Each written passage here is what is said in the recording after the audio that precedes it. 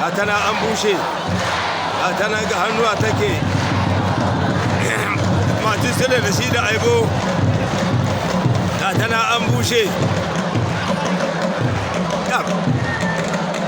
mati sule waya ya ji ana wata kuskus ta ce wa insha Allah za ka gwada mu aibo kaina to ga kai ga aibokin kun rage ku biyu kan wallahi ga ta can dai hankali dai gashi kai mahari dogo mai dogon zamani raƙumi mai tahiyar shekara abu hazan ta ana nazari aibo ya ce dai duk kuka ku ƙare nan ne ka shirin maganin ku cikin hilin ga kuma ga ta nan ya nuna alama sule da mara shana a da aibu hasan da mara bula na da kwaro karinsu na farko ba a dai wani kamu ba na a zo a gani a ta nan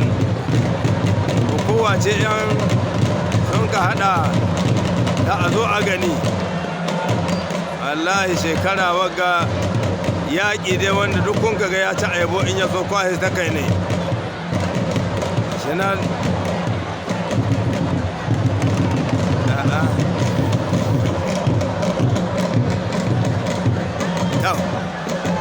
wai ku gani hankali batin su da hankali da aibo ba a tashi ba dai har yau ana rika hannuwa tau hankali mati gashi nan tahe